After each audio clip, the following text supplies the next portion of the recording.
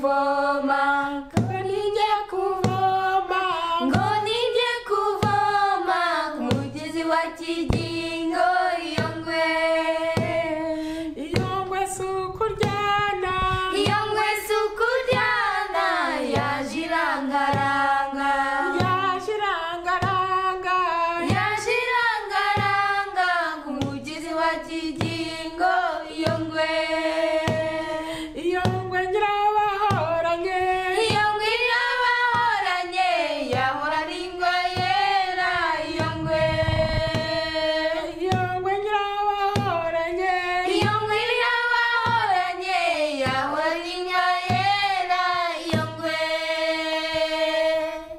Je m'appelle Angéline. Je m'appelle Eva.